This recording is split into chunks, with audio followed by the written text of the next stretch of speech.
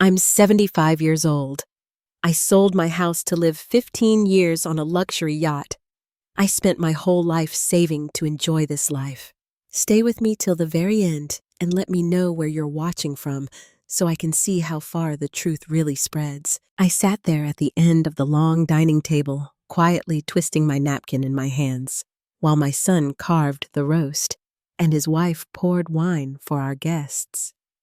The room was warm and full of chatter, everyone passing dishes and sharing stories about work and the kids.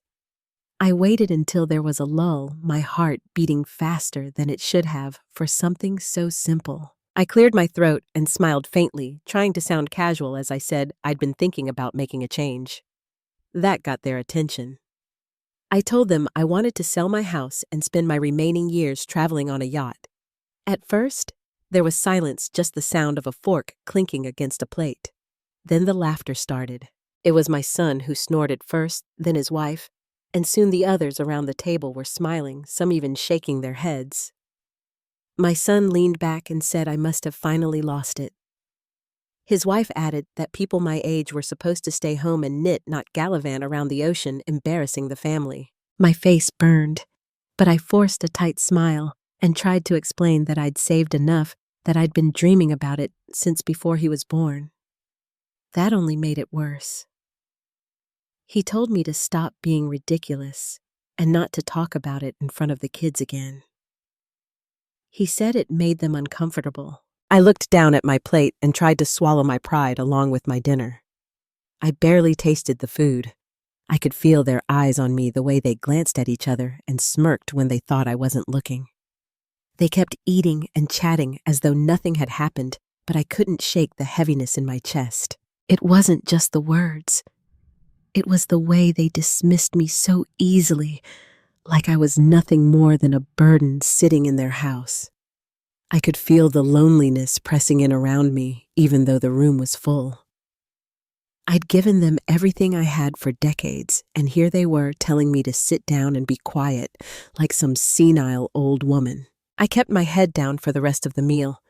Every now and then, my son's wife would shoot me a look and roll her eyes. At one point, she even joked to one of the kids about Grandma finally going crazy.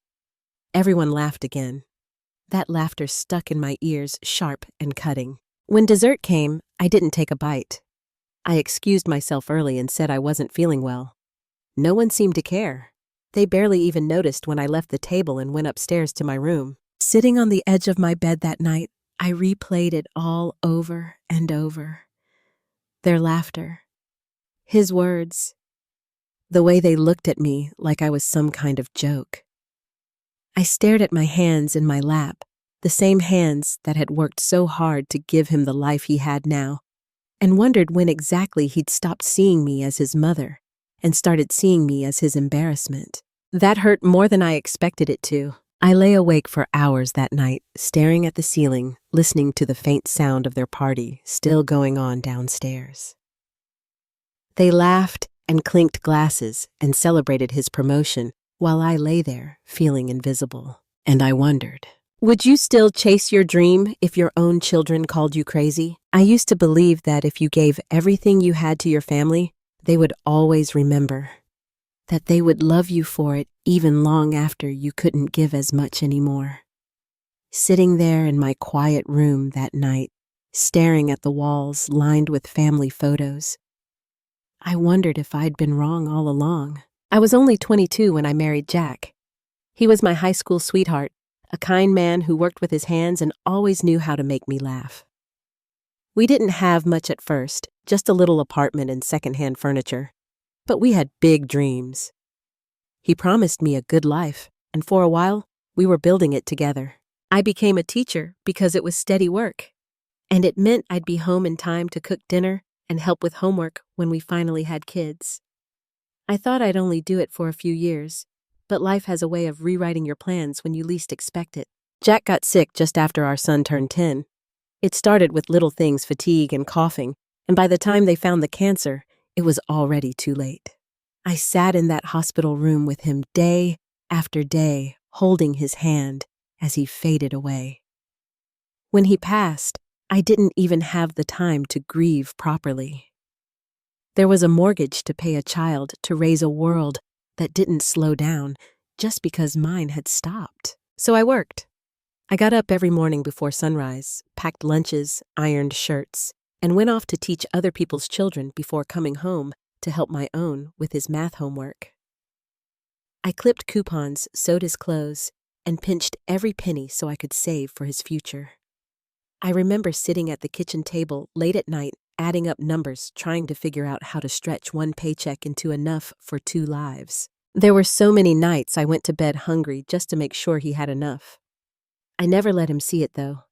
To him, I was just his mother, the steady hand that made sure there was always food on the table and clean sheets on his bed. I was proud of that. Proud that he never had to feel how tight things really were. When he graduated high school and got accepted to college, I cried in the parking lot where no one could see me. It felt like all those years of sacrifice were finally worth something. I picked up a second job tutoring in the evenings to help cover his tuition and drove myself to exhaustion just to keep him from taking out too many loans. I skipped vacations. I wore the same coat for 15 winters. I told myself I'd take care of myself later, that once he was grown and on his own, I'd finally have time to breathe. But later never came. Even after he got married and had kids of his own, I still kept giving. I babysat so they could go out. I brought groceries when money was tight. I let them move into my house when they said they needed to save for a down payment. Every time they asked, I said yes because that's what mothers do. Now, here I was, 75 years old, still sitting at the same kitchen table, still clipping coupons, still being told what I could and couldn't do. Still being dismissed like my life no longer belonged to me. When I told them about my dream to finally see the world, to spend my final years sailing the oceans, they didn't even hesitate to laugh. They called me crazy, told me to stop being selfish, as if I hadn't already given them everything. I couldn't help but wonder if they'd ever really seen me at all. If all those nights staying up to finish lesson plans, all those mornings waking early to cook breakfast, all those hours ironing their shirts and scrubbing their floors had just faded into nothing. I'd thought that love was about giving, but sitting in my room that night, hearing their laughter echo from downstairs, I felt like maybe love was also about being seen. And I hadn't been seen in a long, long time. My hands looked older now, lined and worn, the skin thin from years of washing and working. But they still felt strong to me. They had built a life for my son. They had held him when he cried and picked him up when he fell. They had been enough. So why did he look at me now as if I were nothing but a nuisance? Why did he tell his children to hush when I spoke as if I were embarrassing them? I thought about all the things I'd let pass over the years. All the times I'd bit my tongue when they forgot my birthday, when they left me out of their plans, when they told me I'd already had my turn, and now it was theirs. I thought about how quiet I'd become, how small. And for the first time in years, I felt something in my chest that wasn't just hurt.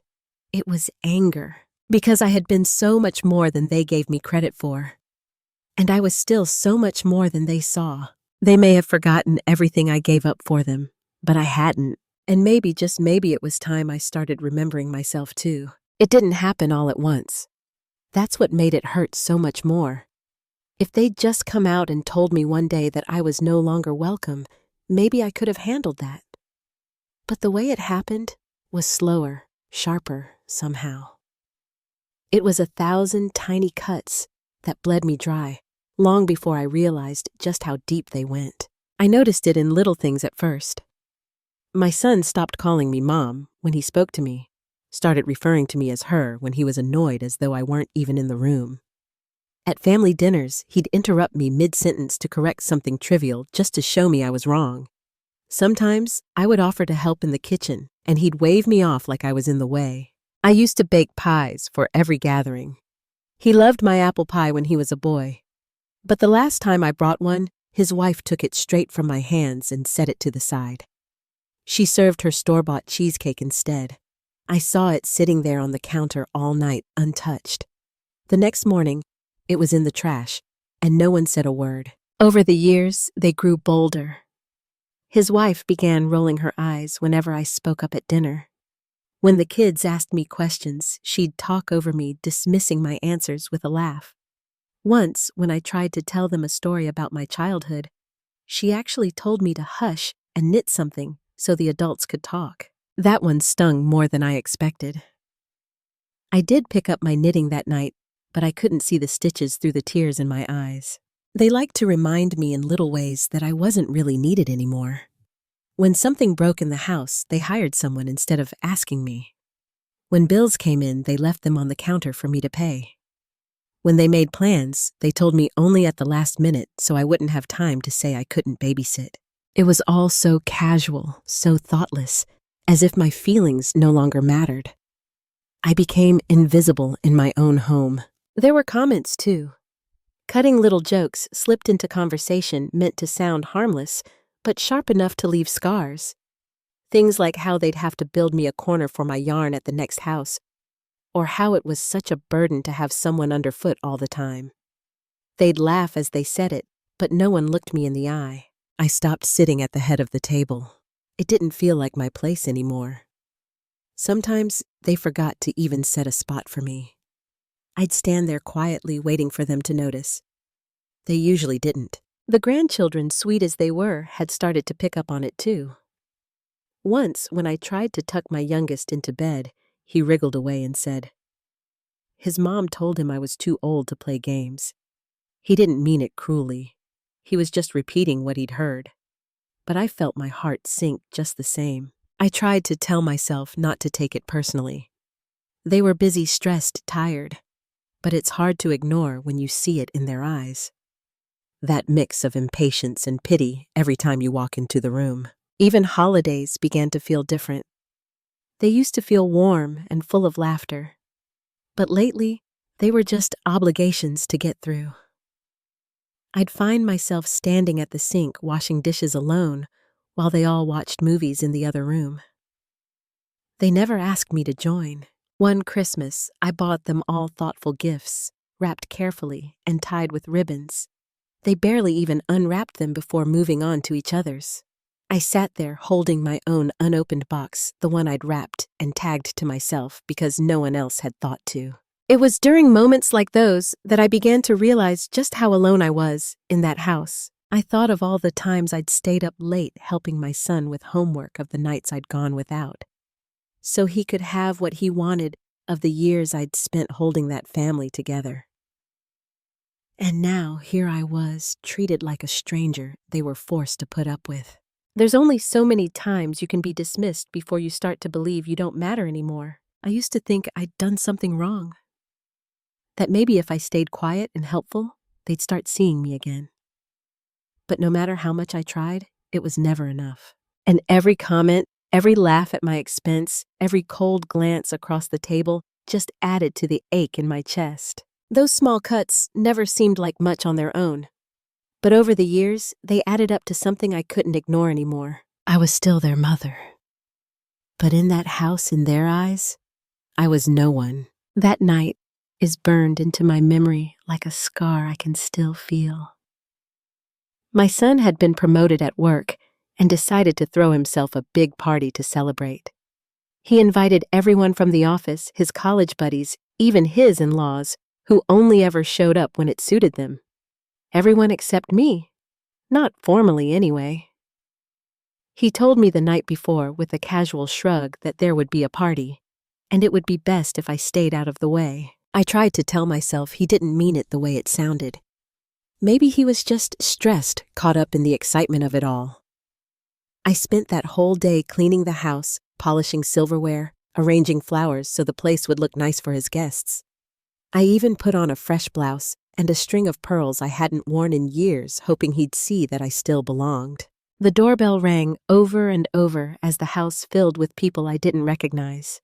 They laughed and hugged him, slapped him on the back, and clinked their glasses while I stood quietly in the corner.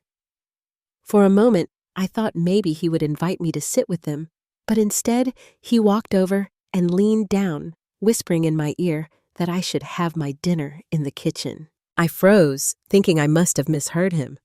But then he smiled that tight, polite smile and gave me a little pat on the arm before walking back to his friends. I felt my cheeks burn as I carried my plate into the kitchen, like some maid trying not to be seen. The kitchen was cold and too quiet compared to the din of voices in the other room.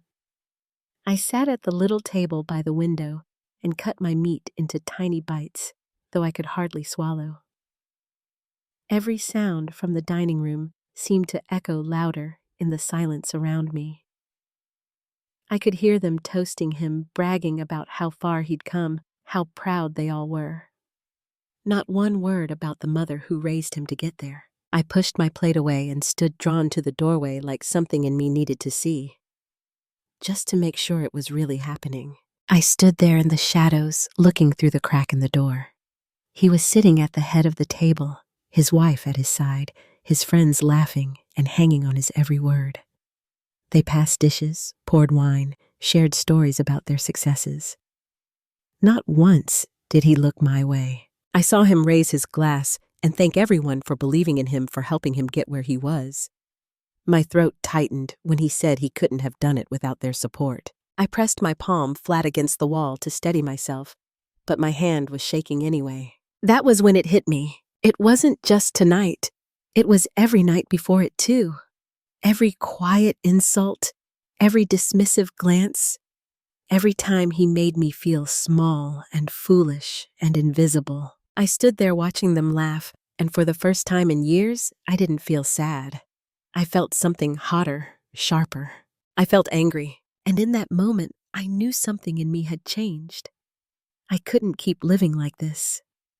Something had to give. I turned and walked back to the kitchen, my steps quiet, my head held a little higher than before. I didn't know what I was going to do yet, but I knew I would never let him make me feel this way again. I closed my bedroom door softly behind me that night and leaned against it for a long moment.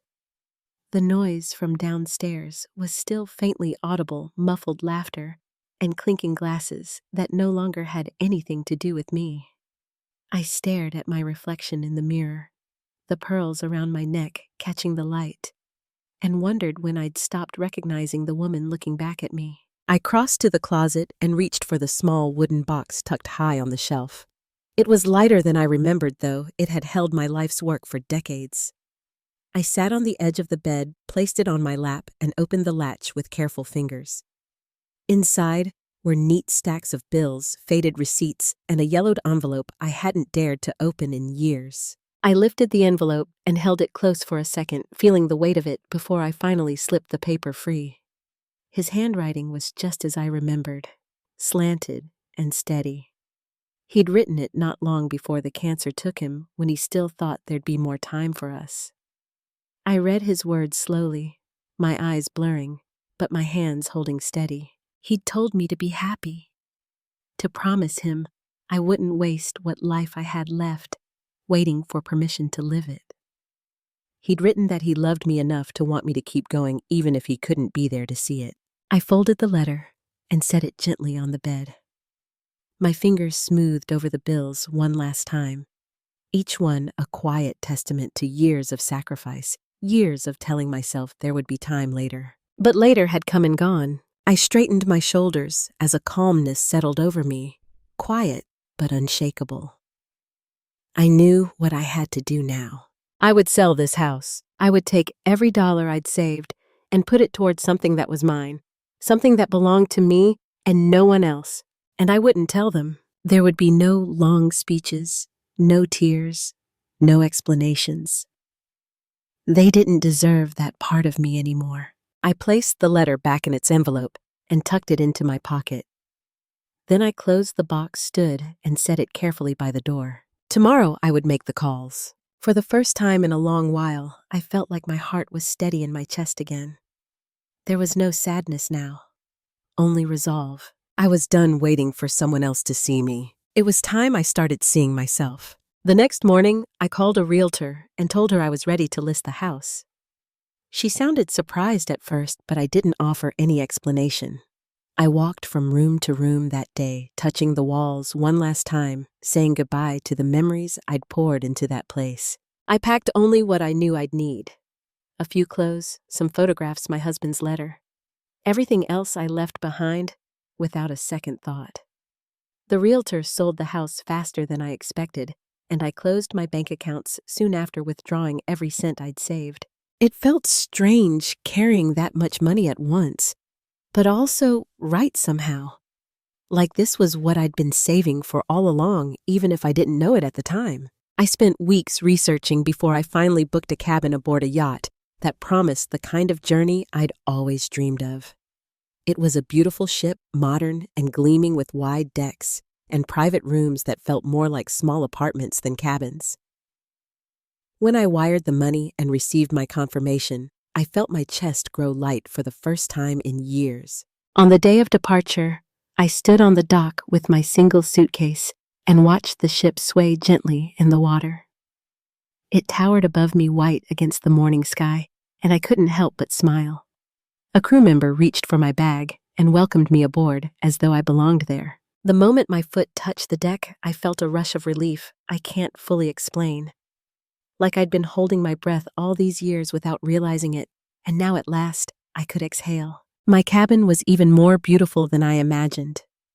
The window opened onto the ocean, and I stood there for a long time, just watching the water stretch into forever. That night, as the ship pulled away from shore, I sat on the balcony and felt the vibration of the engines beneath me, carrying me away from everything I had known. The calls from my family started within the first week. At first, I let them ring. Then I silenced the phone completely and set it in a drawer. I wasn't ready to hear what they had to say. Maybe I never would be. Instead, I focused on the horizon. Each morning brought a new port, a new adventure. Japan, with its quiet temples and lantern-lit streets. Australia's golden beaches that sparkled under the sun. Greece with its whitewashed buildings climbing the hills above the sea. Everywhere I went, I breathed in the air like it was my first breath in decades. I sat at cafes and watched strangers pass by. I dipped my feet in waters I'd only ever seen in magazines, and every night I returned to my cabin with the comforting thought that this life was mine now. For the first time, I felt proud of what I'd done. Not for anyone else, just for me. The ship sailed on, and so did I. Life on the yacht suited me in ways I hadn't expected. Each morning, I woke before the others and slipped out to the deck just as the first light touched the horizon. I would stand there in the quiet, feeling the sea breeze on my face and watching the sun climb out of the water like it was greeting me personally. Those mornings became my favorite part of the day. There was something healing about standing in the middle of the ocean with nothing but sky above me and waves below. I felt light, as though the heaviness I'd carried for years had finally fallen away. The ship's dinners were another joy I hadn't anticipated. Every evening, the dining room came alive with soft music and laughter. Tables set with white linens and gleaming glasses. I wore dresses I hadn't worn in years, let my hair down, and learned to enjoy my own company. People stopped me to chat, and before long, I had a small circle of friends who shared stories and laughter over dessert. They never asked what had brought me here, and I never volunteered it. It felt good to just be Evelyn, not mom, not mother-in-law, just myself. I began to notice how my smile came more easily, how I no longer kept my hands folded in my lap or lowered my eyes when someone spoke to me. The woman I'd once been, the one who used to take pride in her own presence, was finding her way back. I even started to answer the phone again, though I didn't speak much. My son would leave long voicemails, his voice sounding tighter each time, asking where I was and when I planned to come home. His wife too, though hers carried less worry and more irritation. They both sounded smaller than I remembered. I let them talk to my silence and then hung up. It was strange to realize they'd never truly seen me, and stranger still to realize how little that mattered to me now. Here on the yacht, I'd become someone new.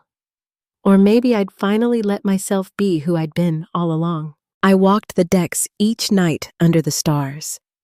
I danced once at a party and even laughed when someone teased me about my 2 left feet.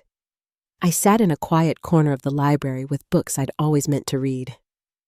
I leaned over the railing and let the salt spray cling to my skin like a blessing. Every day that passed made me more certain I'd made the right choice. They would come to understand what they'd lost. That much I knew. But by then, it wouldn't matter anymore. Because I'd already found myself again, and I wasn't going back. We docked in Miami on a warm afternoon, the sun glinting off the water, as I stood at the railing watching the crowd gather on the pier. I wasn't expecting anyone. For months, I'd lived without a single plan except to enjoy wherever the ship took me next.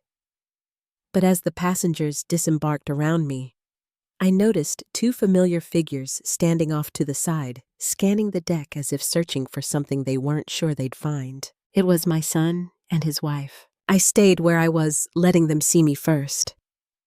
Their eyes landed on me at almost the same moment, and I saw the relief wash over them. My son lifted his hand in a small wave, tentative and almost shy, and for the first time in years, I noticed just how much older he looked. His wife clung to his arm, her face tight with something that looked like worry, but didn't quite hide her discomfort. They came up the gangway, slowly weaving through the other passengers, and stopped a few feet from where I stood. For a long moment, none of us spoke. I kept my hands resting lightly on the railing, calm and steady, and waited for them to find their words. My son was the first to speak. His voice cracked a little as he said they'd been looking for me for weeks. He said life without me at home felt wrong, empty even. His eyes darted to the deck before he admitted that their friends and even some coworkers had started to question them about what had happened. He said people were appalled at the way they'd treated me, that it was embarrassing to have to explain why his own mother had disappeared without saying a word. I nodded as he talked, watching him squirm in the quiet that stretched between his sentences. His wife chimed in, then her words rushed and brittle. She said they hadn't meant for things to get so bad, that they didn't realize how much they relied on me until I was gone. I listened to it all with a calmness I hadn't known I was capable of. Their voices sounded strange to me now, small and thin against the sound of the water lapping the ship. I felt no urge to comfort them. Instead, I let them stand there with their apologies spilling out and allowed myself the smallest, most fleeting sense of satisfaction. Not spiteful, not cruel, just the quiet knowing that they finally saw what they'd lost.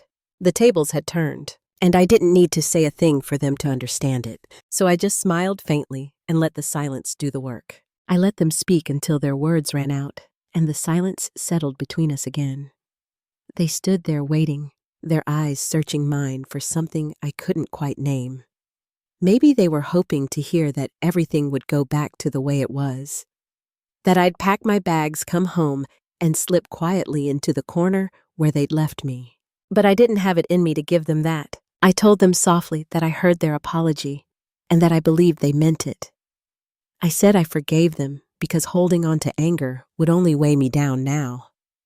Their shoulders relaxed just a little when they heard that, as though they thought forgiveness meant I'd say yes to everything else too. But then I told them no. I told them I couldn't come back.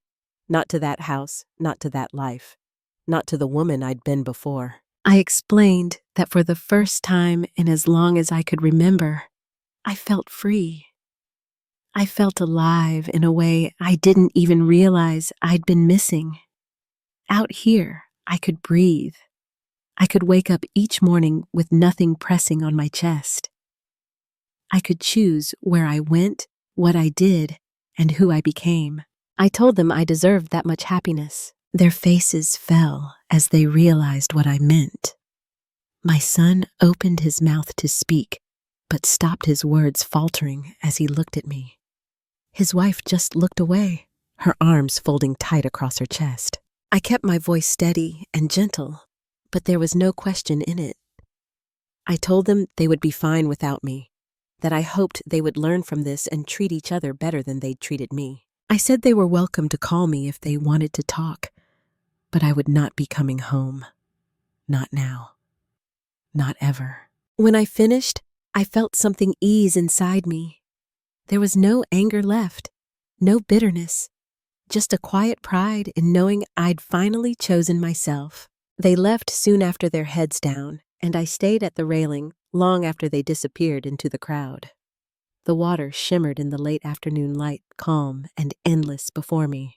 And in that moment, I felt at peace, because I'd made my choice. And this time, it was mine alone. I sit on the deck most evenings now, watching the sun dip into the horizon as the sky turns gold and purple. The ocean stretches out around me in every direction, steady and alive, and I can feel its quiet strength settle into my chest. There's something about being surrounded by all that water that makes you feel both small and infinite at the same time. I think about the life I left behind, and I don't feel sadness anymore. For so many years, I measured myself by what I could do for others, how much I could give, how much I could bend to fit into someone else's idea of who I was supposed to be. I thought that was what love meant, but now I know it was just a way of losing myself a little more each day. It took me 75 years to see it, but happiness is not something anyone else can hand you. You have to claim it yourself, even if it scares you, even if no one else understands. For the first time in my life, I feel like I belong to myself. When people ask me why I chose this, I tell them the truth. I tell them I woke up one day and realized I'd been waiting for someone else to give me permission to live, and I decided to stop waiting. It hasn't always been easy. There are moments I still feel the sting of their words, the memory of how small they made me feel. But every morning when I step outside and see the ocean waiting for me, I know I made the right choice. I've met people here who understand what it means to start over. People who carry their own quiet hurts, but still find the courage to smile and dance and keep moving forward. They've taught me that it's never too late to begin again, no matter how many years have already passed. If you're reading this and you feel stuck, if you feel like you've been living your life for everyone but yourself, I hope you hear me when I say it's not too late for you either. Don't wait until you're so tired and so lonely you can't see straight. Don't let the voices of others drown out the sound of your own heart. You deserve to feel joy. You deserve to wake up excited for what's ahead, not dreading another day of being overlooked. There is more to you than what you've been told. If no one else has told you yet, let me be the one to say it. You are enough. You always have been. Now, when the wind catches my hair and the waves carry me somewhere new, I feel at home in a way I never did before. Because home isn't just four walls and a roof. Home is wherever you finally feel free to be yourself. For me, home is here. Out here with the sun and the salt and the endless horizon, I'm finally home.